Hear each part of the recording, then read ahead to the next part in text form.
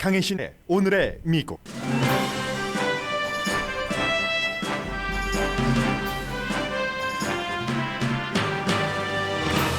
테슬라 CEO 일론 머스크의 인수 제안을 트위터가 받은 게 세계의 탑 뉴스입니다.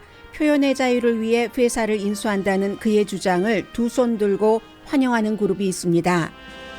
그러나 테슬라 자동차 시장의 미래인 중국이나 테슬라의 사업 돈줄을 쥐고 있는 정치인의 가짜 정보에 대해 트위터가 공정할 수 있는지 상당한 의문이 있습니다.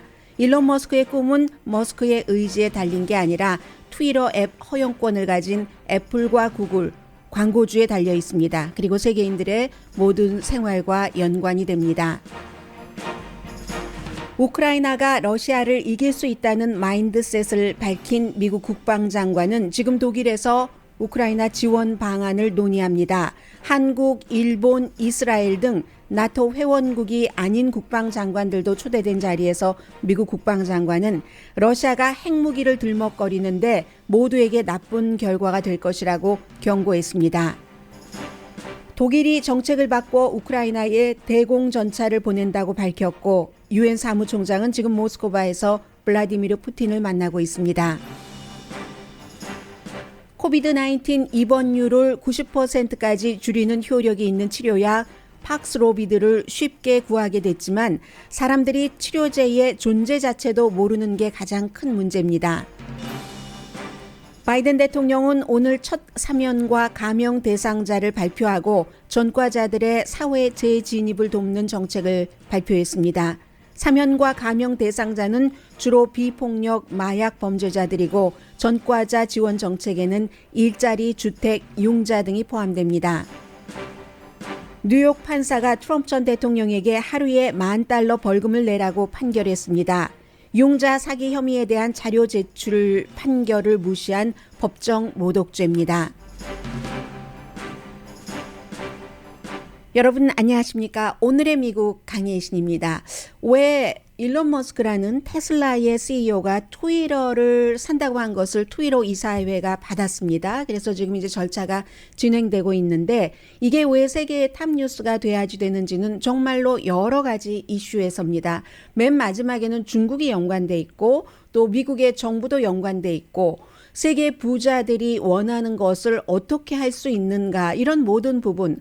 그러면 지난 트럼프 전 대통령이 트위터에서 퇴출당하기 전에 얼마나 많은 뉴스들로 사람들이 그 시간을 허비하고 했었던가 이런 시절이 다시 올 수도 있고 그렇지만 공화당은 트럼프 전 대통령이 쫓겨났던 트위터에서 일론 머스크가 다시 받아들임으로 인해서 뭔가를 활발하게 진행할 수 있다 해서 완전히 또 축제 분위기입니다. 이런 부분들을 먼저 전해드리겠습니다. 경제적인, 사회적인 관점 다 그 얘기를 하는 거고요. 트럼프 전 대통령은 일단 트위터에 돌아오지 않겠다고 얘기를 했습니다. 왜냐하면 본인이 이미 트루스 소셜이든가요? 이 소셜 미디어를 하나를 만들었기 때문에 거기서 얘기한다 했지만 이것도 요즘 별 볼 일 없습니다. 그래서 트럼프 전 대통령이 지금 다시 트위터로 오게 될지는 일론 머스크가 완전히 인수인계 관계를 끝내고 나면은 그건 알 수 없고 일론 머스크는 트럼프 전 대통령 시절에 어떤 기업인보다도 트럼프 전 대통령과 무척 가까웠습니다. 트위터 직원들은 지금 두려워하고 있고요. 세계 부자 팔로워가 8천만 명 있는 이 일론 머스크가 트위터를 싫어했습니다. 싫어해서 마음에 들지 않아서 결국은 트위터를 사버렸습니다. 지금 이제 그 과정입니다. 내 마음대로 이 회사를 비공개로 해서 하겠다 하는 것이고 그리고 본인은 어떠한 이데올로기에 속하지 않고 자유주의자고 말하자면 모든 표현의 자유를 트위터에서 다 보장하게 하기 위해서 돈하고는 난 관심 없다. 상관 안 한다. 트위터에서 돈 벌지 않겠다 하면서 그런 뜻을 발표를 했습니다. 트위터의 공공의 광장이라고 표현을 했는데 그걸 이제 본인이 100% 컨트롤 하겠다는 겁니다. 물론 이 억만장자 가운데서도 굉장한 억만장자지만 온라인에서 표현의 자유를 완전히 정말 맘대로 누릴 수 있도록 해드리겠습니다 했는데 이게 쉽지는 않습니다. 그리고 모든 것이 다 연결이 되는 겁니다.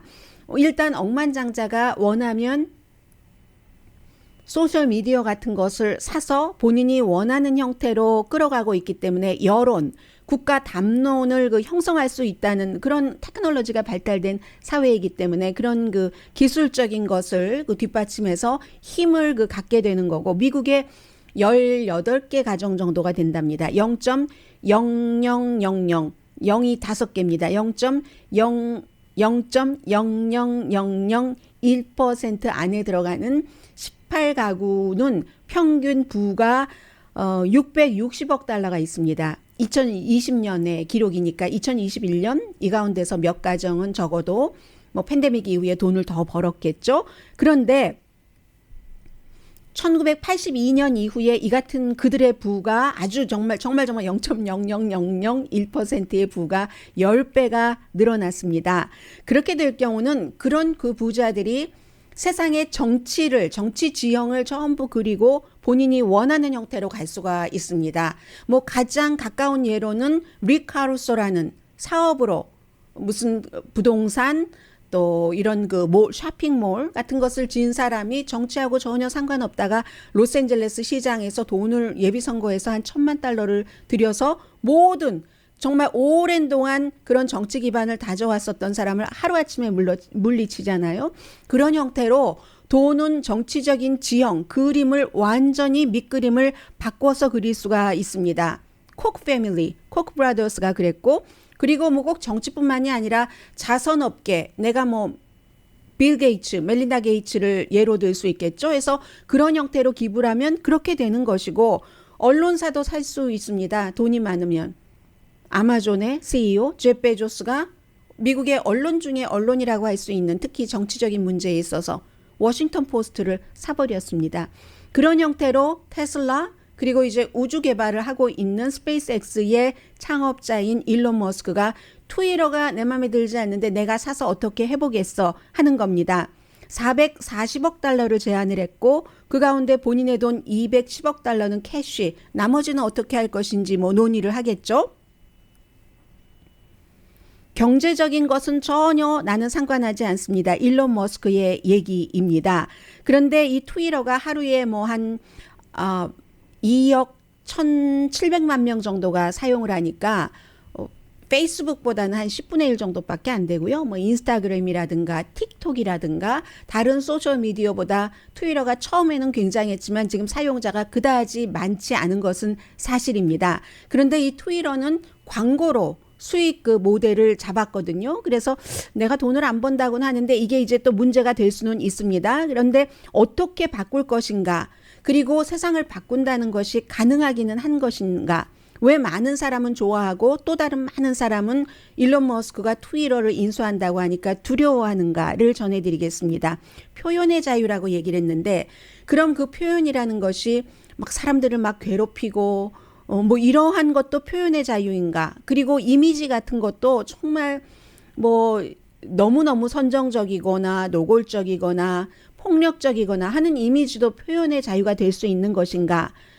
또 이제 중간에 고칠 수 있도록 한번 올린 트윗을 고칠 수 있도록 하면 보통의 심성을 가지신 분들은 그건 좋네. 나 맨날 스펠 틀리고 하는데 그런 생각을 하시는 분들이 계시지만 그것은 곧 무엇을 얘기를 하냐면 남을 괴롭히는 트윗을 하고 가짜 내용을 적어놓고 나중엔 내가 언제 그랬느냐. 그것을 교묘하게 말을 바꾼다든가 하는 형태로 이게 아무 일도 안 한 것처럼 말하자면 도덕적인 범죄를 저지르지 않은 것처럼 할 수 있다 하는 것이고 또 그 커멘터리와 이미지에도 잘못된 정보를 굉장히 많이 앞으로 트위터에 더 많이 올려도 되는가? 예를 들면 이런 거죠.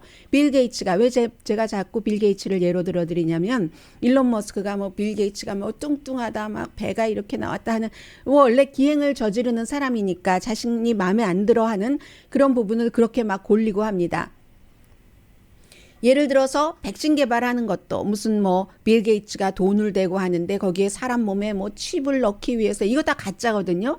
그런데 한국 분들 가운데서도 유튜브나 다른 소셜미디어를 통해서 그걸 믿고 계시는 분들이 굉장히 많잖아요. 이런 것들을 지금의 트위터는 다 내려버렸는데 코비드 19 이후에 심지어 의사당 폭동 사건 이후에는 미국 대통령도 내쫓아 버렸는데 일론 머스크가 그렇게 할 것인가 이런 문제.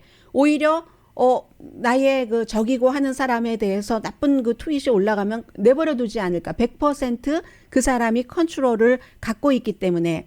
그리고 이제 지금은 아니라고 트럼프 전 대통령은 얘기를 했지만 트럼프 전 대통령이나 굉장히 폭력적인 글이라든가 거짓 정보를 많이 올리는 정치인들이 다시 트위터로 컴백을 할 것인가 이런 문제인 겁니다. 그래서 트위터가 2021년도에 지난해에 590만 개를 내렸답니다. 2년 전에 190만 개 내렸으니까 몇 배를 많이 내린 거잖아요. 최근에 사람들이 너무 심하다 하니까 트위터와 페이스북이 돈 벌 거 많이 벌어놓고 페이스북은 트럼프 전 대통령이 막 광고하니까 그래놓고 나중에 싹 퇴출시켜버렸죠.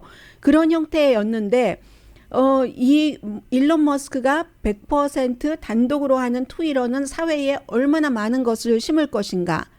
여기에 대해서 영국의 YouGov가 여론조사를 해봤습니다.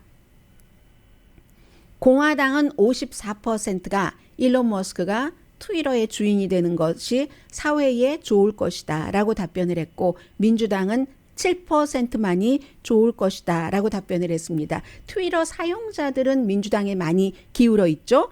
일론 머스크가 내가 이런 그 소셜미디어 그 플랫폼의 오너로서 굉장히 공정할 것이다 라고 얘기를 하지만 이 사람은 이제 막대한 힘을 갖게 되는 겁니다. 정치인에게 또 유명한 사람들에게 언론 매체 심지어 전통적인 언론 매체에도 이 막대한 힘을 갖게 되기 때문에 그 윌리엄 랜돌프 허스트 그 허스트 캐슬 캘리포니아주에 가신 분들 많이 계시잖아요. 영화 그 시리즌 케인에서 오선 웰스가 굉장히 그 풍자했었던 그런 허스트 같은 사람이 언론을 가지고 그 정치적인 그 정치적으로도 그렇고 여러 가지 면에서 얼마나 그 공격을 했던가. 뭐 이런 얘기 있잖아요. 뭐 조셉 퓰리처 같은 경우는 그의 이름을 딴 그 퓰리처 상도 만들었습니다만 역시 요즘은 소셜 미디어가 언론으로 볼 수도 있기 때문에 부분적으로 그런 일론 머스크가 그것도 기행을 일삼고 하는 사람이 솔로 오너가 돼서 그러한 것을 관장한다는 것에 그러면 어떤 센세이셔널한 그 일이 있을 때 선동을 하지 않을까 그 오너 자신이 그리고 이제 본인이 싫어하는 사람을 막 공격하고 뭐 빌 게이츠 같은 경우 그런 것들을 사람들이 걱정을 하는 겁니다. 제가 지금 여러분들께 보도해드린 거의 모든 내용은 월스트리트저널, 뉴욕타임스, 워싱턴 포스트, 로스앤젤레스 타임스 그리고 영국의 이코노미스트, 뭐 애틀란틱 등등 주요 언론의 내용들을 거의 이제 포함을 해서 AP통신, 로이터까지 포함을 해서 정리를 해드리고 있는 겁니다. 일론 머스크가 주장을 하는 이게 대중들이 표현을 마음대로 할 수 있도록 그 장을 만들 것이다 하는 부분에 대해서는 예상한 것보다는 힘들 것이라고 전문가들은 보고 있습니다. 왜냐하면 트위터가 광고로 수익 모델을 잡고 있기 때문에 요즘은 광고주들도 트위터가 정말 거짓들을 너무 많이 퍼뜨려 이러는데 딱 그 본인들 회사의 광고가 나오면 이 손님들이 그 광고주의 물건을 사는 손님들이 그 물건을 보이콧하게 되는 경우가 생기는 겁니다. 지금 디즈니사와 플로리다주가 마찰을 빚고 있는 것처럼. 그래서 결국은 일을 진행하다 보면 일론 머스크도 광고주를 생각하지 않을 수가 없을 것 같고요. 그리고 무엇보다도 트위터 앱이 애플과 구글 앱스토어에서 이게 본인들이 그 다운로드를 받을 수 있도록 해줘야지 되는데 이 두 회사는 팔러라는 아주 극단적이고 가짜고 뭐고 다 좋아 하는 그런 그것을 금지시켜 버렸습니다. 의사당 사건 이후에. 그리고 유럽 연합도 새로운 그 디지털법을 만들고 하니까 트위터는 뭐 전 세계적인 것이니까요. 그게 쉽지가 않을 것이다. 그리고 또 미국 국가와 연관도 있습니다. 일론 머스크가 이 트럼프 전 대통령과 굉장히 친했었던 그런 것이 사업적으로도 뭐 연관이 되고 해서 그런데 보링 컴퍼니라고 터널 뚫는 회사도 갖고 있습니다. 일론 머스크가. 그래서 이 회사도 정부와 계약을 해야지 되는데 이 회사에 여러 가지 뭐 재정에 도움을 준다던가 컨트롤할 수 있는 정치인들이 잘못된 정보를 트위터에 올렸을 때 이걸 일론 머스크가 차단할 수 있을까? 내릴 수 있을 것인가? 또 우주 개발하는 스페이스X는 국방부와 연관이 있습니다. 그리고 트위터 같은 경우는 중국엔 없지만 중국의 그 국영 언론도 뭐 트위터에 뭘 쓰기도 하고 막 하잖아요. 그리고 또 중국에 관한 것이 많으니까 그런 부분에 대해서 이 일론 머스크가 자유로울 수 있을 것인가. 왜냐하면 중국 정부에서 항의한다면 그거 내리라고. 지금 대만에 대해서 이런 그 무브먼트가 있어서 트위터에 쫙 그 해시태그 붙어서 돌아다니고 있는데 그거 내리라고 하면 일론 머스크가 안 내릴 수 있을까. 왜냐하면 테슬라가 이제 가장 그 중요한 본업이잖아요. 일론 머스크의. 테슬라 시장의 미래는 중국에 달려 있습니다. 그렇기 때문에 이런 부분들도 있고요. 아무튼 그 밖에 뭐 테슬라 자체도 그 사업을 하려면 정부의 기간 산업과 연관이 되는 거죠. 이 그 차징 스테이션이라든가 이런 부분 때문에 일론 머스크가 정말로 본인이 얘기하는 것처럼 순수하게 그 표현의 그 자유를 위해서 내가 이것을 뭐 몇백억 달러를 주고 뭐 440억 달러인가요? 420억 달러인가요? 샀다 해서 그렇게 운영한다고 그 순수성을 100% 인정한다 할지라도 어렵고 그렇지 않고 일론 머스크라는 굉장히 아주 평범한 평이한 사람은 아닌 사람이 소셜미디어라는 것에 오너가 됐을 때 어떠한 일들이 일어날지 모르기 때문에 이래저래 뭐 아직 뭐 완전히 인수가 마무리된 것은 아니지만 세계의 탑뉴스가 될 수밖에 없습니다. 그리고 440억 달러 맞습니다.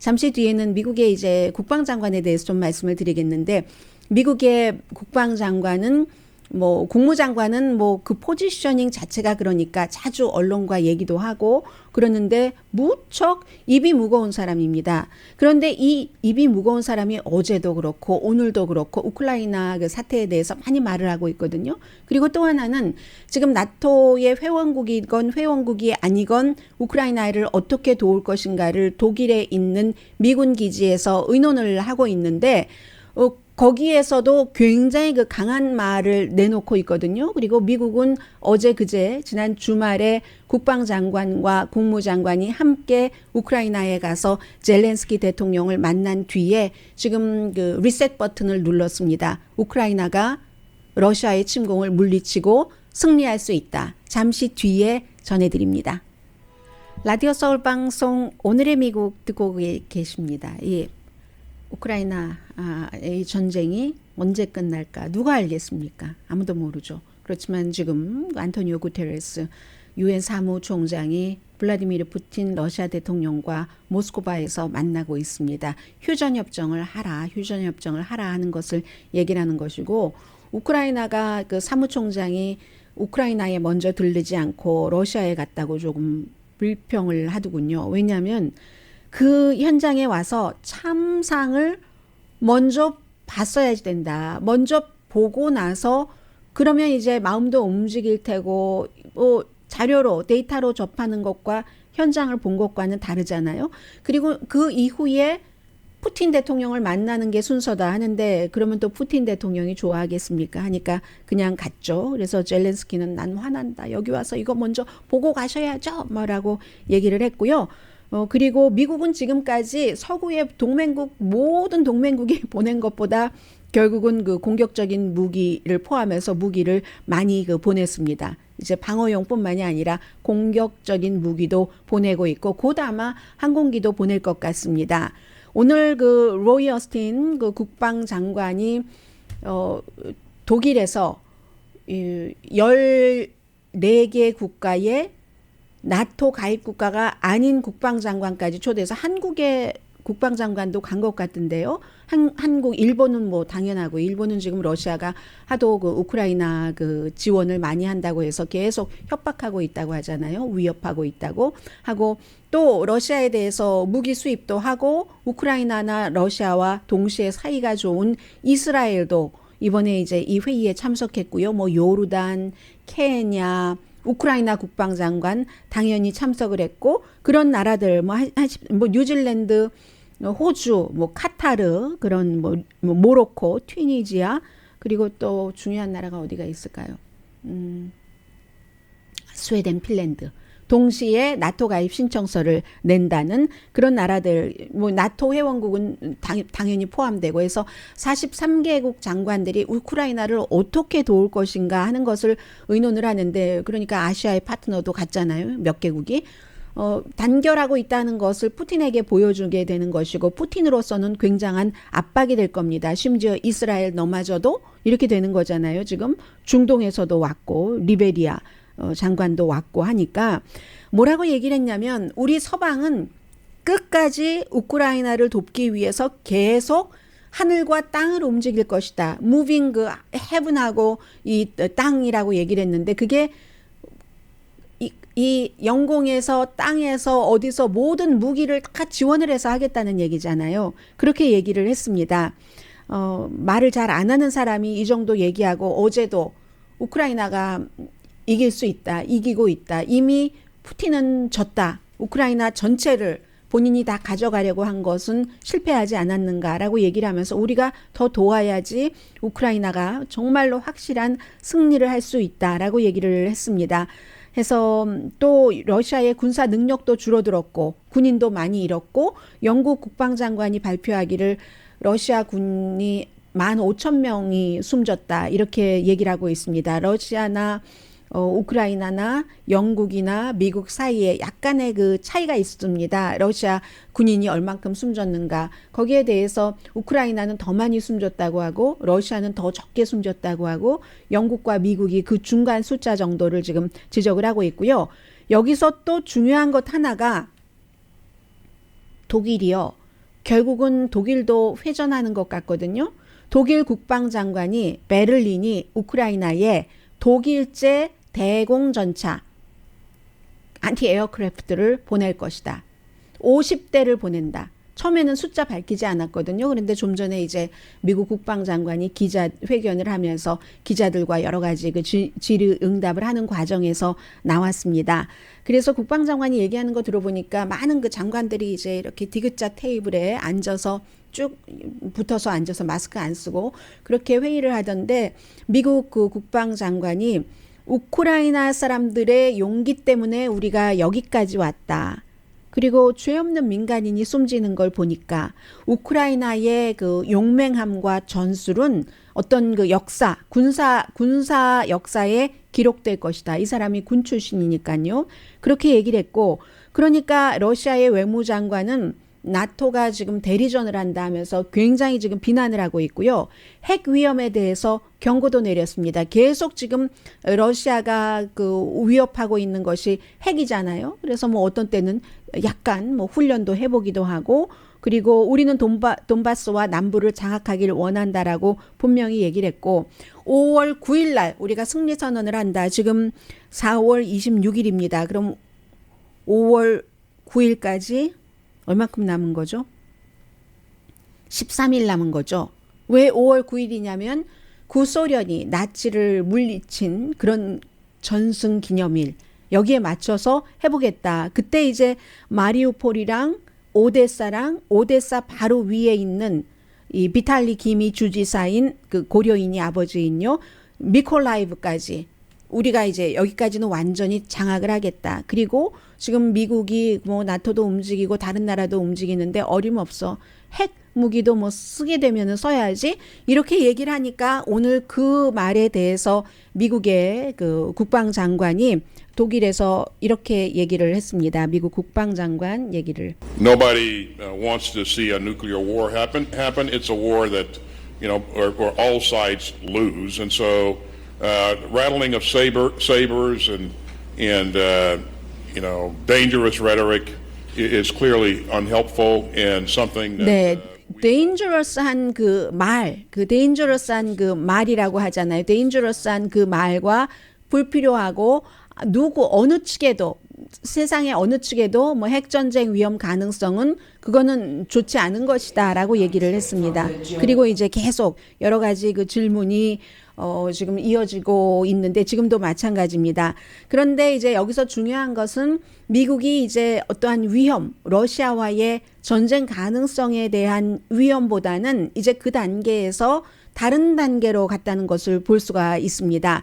위험에 대한 걱정을 덜하고 이기는 것을 생각한다는 거죠.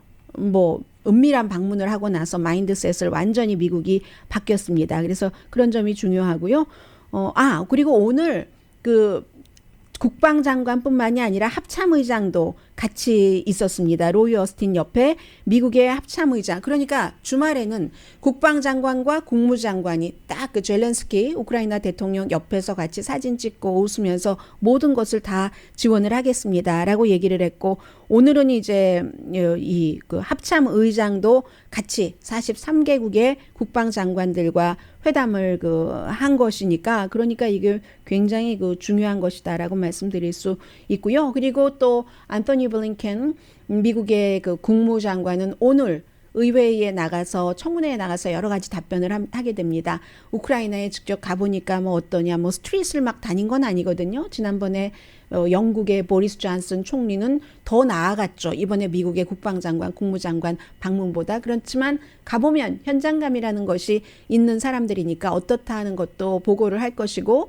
그리고 이제 비밀리에 다녀왔기 때문에 사후 보고 같은 것을 하고, 스웨덴과 핀란드는 동시에 나토 가입을 신청하기로 한 것. 이제 여기까지가 우크라이나 전쟁에 관한 속보고요. 잠시 뒤에 코비드 19 그리고 바이든 대통령의 대통령으로서의 업무 이런 것들 전해드립니다.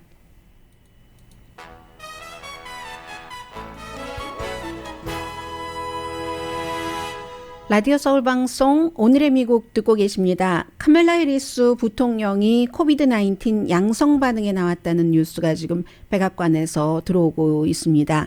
당연히 부통령은 백신 접종 받았고 부스터샷도 10월 달에 맞았습니다. 그런데 증상은 없다고 하고요. 카멜라 해리스의 남편 더그 엠호프 씨는 변호사죠. 양성 반응이 3월 15일에 나왔는데 그때는 그 와이프인 부통령은 음성이었습니다. 그런데 오늘 이제 양성 반응이 나왔고요. 다행히 이제 큰 증상은 없다고 하는데, 카멜라 해리스 부통령은 대통령이나 퍼스트 레이디와는 최근에 접촉을 하지 않았었다라고 지금 얘기가 나오고 있습니다. 뭐 이렇게 되면은 뭐 대통령 퍼스트 레이디도 다시 테스트를 하게 되겠죠. 코비드 19의 입원율을 90%나 줄여준다는 그런 효력이 있는 치료약 팍스로비드. 제가 한 몇 주일 전에 여러분들께 이게 잘 안 알려져 있는 게 문제입니다 하고 뉴욕타임스의 보도를 통해서 전해드렸는데, 오늘 이제 그 문제가 다시 나오고 있습니다. 12월 달에 승인이 됐는데 12월 달부터 지금까지 이렇게 써보니까 굉장히 효력이 있다는 겁니다. 12살부터 이 치료약을 쓸 수가 있고 양성 반응이 나왔고, 그리고 이제 코비드 19으로 인해서 좀 위험한 그룹들이 있잖아요. 당뇨병을 갖고 계시다던가 아니면 비만이신 이런 분들은 처방받을 자격이 있습니다. 이 항바이러스 약, 이게 사실은 바이든 대통령의 최근에 코비드 19 전략으로서는 핵심이라고 볼 수 있는데, 정부가 파이저에서 2천만 도스를 샀잖아요. 얼만큼 이걸 투여를 해야지 된다. 이런 건데요. 지금 약국에 없는 곳이 많고 해서 이 약국에 이런 늘리겠다라는 것과, 또 하나는 일반 의사들도 처방을 잘 안 해주기도 한다는 거죠. 왜냐하면 신약이기 때문에 그런 것도 있고, 그리고 약국에 가면은 잘 없다고 하니까 처방을 안 하기도 하고, 또 환자가 이게 아무래도 위험한 사람들은 뭔가 다른 질병 때문에 약을 복용하고 계시는 분이시겠죠. 그러니까 환자가 아무리 주치의라 할지라도 그 모든 약과 약의 반응을 100% 확신을 할 수는 없으니까는요. 부작용에 대해서 서로 섞였을 때, 지금까지는 이 환자가 무슨 콜레스테롤 약이라든가 당뇨 치료제, 고혈압 치료제 같은 것을 드셨을 때 약과 약 사이에 별 무리가 없었는데, 여기 새로운 코비드 19 치료제가 들어간다면 알 수가 없는 거잖아요. 그래서 처방전도 많이 안 써주는 경우도 있다. 그러나 분명한 건 코비드 19에 대해서는 90% 병원에 갈 수 있는 확률을 줄인다 하는 것이고요. 그렇기 때문에 이 같은 것을 좀 홍보 차원의 교육을 시킨다는 얘기입니다. Test to Treat 프로그램. 처음에는 이제 테스트 많이 했고, 지금은 이제 그것을 치료하는 프로그램에 대해서. 특히 소수인종이라든가 도시보다는 농촌에 살고 계시는 분들은 그런 약이 있어? 코비드-19 치료제가 있어? 하고 그 존재 자체도 알지 못하는 분들이 굉장히 많다고 하고요. 바이든 대통령이 오늘 대통령이 되고 나서 첫 번째 사면을 발표를 했습니다. 지금 한국에서는 문재인 대통령 물러나는 대통령의 사면 이런 것들이 이슈인데 3명을 사면하고 75명을 감형했습니다. 그런데 유명한 사람들은 없습니다. 이게 이제 그 바이든 대통령이 선거할 때 그 공약했었던 것을 그 얘기하는 것이기도 하고 공약에 대한 그 실천 같은 것을 보여주는 것이기도 하는데 예를 들어서 아브라함 볼든 솔라는 분은 이분은 최초의 흑인계 그 경호 요원이었습니다. 이 대통령 경호 요원이었거든요. 그런데 뭔가 자료를 팔려고 했었다 하는 혐의로 몇 년을 복역을 했습니다. 판매 시도 팔았다는 건 아니지만 무슨 파일 사본을 팔려고 시도를 한 것으로 몇 년을 복역했는데 이런 분께 이제 사면을 한 거고 남자친구와 공범에게 마약을 운반을 했다. 이런 그 남자친구의 여자친구 뭐 이런 경우 뭐 사업을 이용해서 마리화나를 유통했다. 이게 이제 예전의 일이겠죠. 그러니까 예전에는 굉장히 가혹했잖아요. 이런 데에 대해서 법이. 그래서 사면을 했고 그러니까 말하자면 한마디로 비폭력 마약 범죄자다. 이런 거. 이게 이제 사법 시스템의 개혁, 정상화 그리고 인종에 따라서 법의 잣대를 구분해서 주지 않겠다는 거. 아무래도 이제 이런 분들이 이제 아프리칸 아메리칸들이니까는요. 이런 것들이 있고 감형은 75명 역시 비폭력 마약 범죄 이제 복역자가 대부분입니다. 그리고 또 하나 오늘 발표한 게 전과자에게도 일자리와 주택을 주는 거. 제가 이것을 갱생 프로그램 이렇게 한국말로 하려다 보니까 왠지 갱생 프로그램 하는 게 그다지 어감이 좋지는 않습니다. 그래서 미국 말을 봤더니 미국 말은 re-entry plans거든요. 그러니까 사회에 재진입하다. 이게 더 나을 것 같아요. 갱생보다.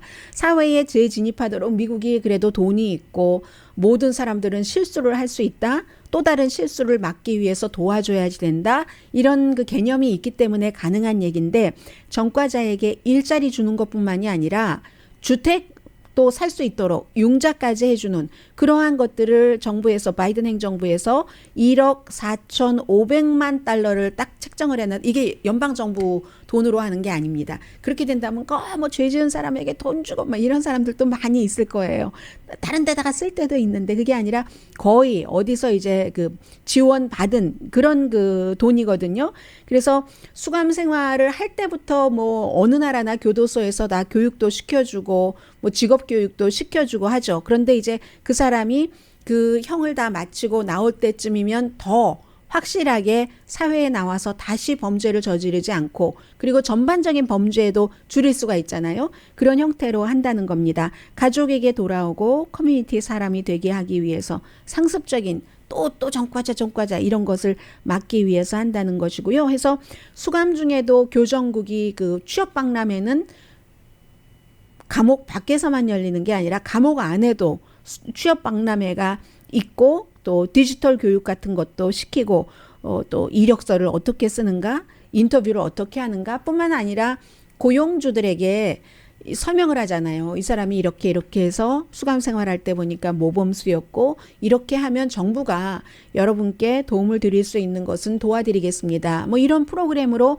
혜택을 받고 있는 한인 젊은이들도 있습니다. 젊었을 때 여러 가지 형태로 뭔가 그 법을 위반할 수가 있잖아요. 그런데도 그런 기회가 없다면 전혀 나는 이제 끝났어 하고 갈 수 있는 길이 어디겠습니까? 그래서 이제 이런 프로그램을 많이 하고요.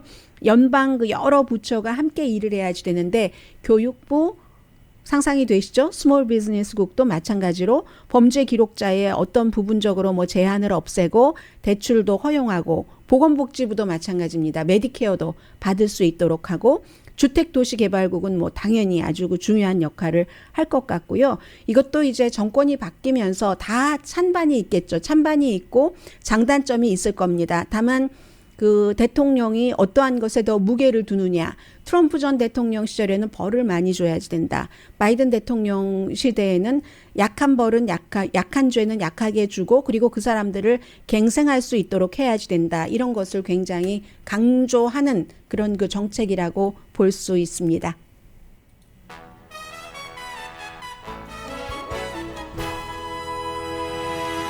라디오 서울 방송 오늘의 미국 듣고 계십니다. 글쎄요, 지금 의문점 있는 게 정치 이슈에서 두 가지가 있는데 하나는 지금 뉴욕에서 조사하고 있는 그 트럼프 전 대통령에 관한 여러 가지 이게 어떻게 될 것인가. 또 하나는 의회에서 조사를 하고 있는 의사당 폭동 사건 날마다 뉴스는 나오는데 뭔가 좀 결론이 나왔으면 좋겠다라고 생각하시는 분들이 굉장히 많으실 것 같은데요. 글쎄요, 선거 전에는 뭔가가 어느 정도는 마무리가 될 수도 있을 것 같기도 하고요. 뉴욕 판사가 트럼프 전 대통령에게 하루에 $10,000씩 벌금을 내라고 판결을 내렸습니다. 언제까지요? 뉴욕의 검찰총장이 요구했었던 소환장을 발부를 해서 했었던 자료를 제출할 때까지, 말하자면 유흥자 사기 혐의에 대한 자료를 제출하지 않고 버티기 때문에 이 법정 모독죄다 소환에 거부를 하고 했다 해서 하는 건데 3월 31일까지 제출하라고 했거든요. 뭐 아주 기본적으로 유흥자 받을 때는 자산을 많이 불려서 받고 그렇지 않을 반대의 경우는 또 자산 세금 낼 때는 자산을 엄청 줄여서 세금 안 내고 하는, 여기에 대해서 지금 뉴욕 검사가 조사를 하고 있죠. 그 부분에 대해서 3월 31일까지 그 조사 검사 측에서 요구하는 자료를 줘라 했는데 트럼프 전 대통령의 이 케이스의 변호사인 일리나 하바 변호사가 트럼프 전 대통령은 아주 정직한 사람입니다. 그리고 우리는 기록을 다 넘겼습니다. 라고 얘기를 했거든요. 그랬더니 판사가 보냈는데 왜 기록이 없습니까? 이 얘기입니다. 뭐 예를 들어 얼만큼 요구를 했는데 얼만큼 보내고 안 보냈는지까지 숫자는 나오지 않았습니다만은 어쨌든 그 블룸버그 뉴스에 따르면 은행 대출의 그 유리한 조건을 갖기 위해서 자산 가치를 과대평가한 것이, 이것이 법 안에 있는가 법 바깥에 있는가, 이게 문제인 거죠. 항상 미국의 뭐 예를 들어 세금을 전략하는 거, 그거는 이제 트럼프 전 대통령이 굉장히 자랑스럽게 얘기를 했었던 거고요. 내가 스마트하기 때문에 세금을 돈 많이 벌고 세금 안 내는 건데 얼마나 자랑스러워 했었던 것인데 그게 법을 위배를 한 것인가를 지금 뉴욕 검찰이 조사를 하고 있는 거잖아요. 검찰총장이 레티티아 제임스 검찰총장이 수사를 하고 있는 거죠. 조사라기보다. 지금 뉴욕 그 검사실에서는 아주 뭐 구체적인 것까지 밝히지는 않습니다만 뭐 그렇게 판결을 처음에 조사에 다 협조해라 했을 때 트럼프 전 대통령이 항소를 했죠. 항소를 할 때는 정치적인 목적이다. 뭐 나를 누리려고 저러는 거야.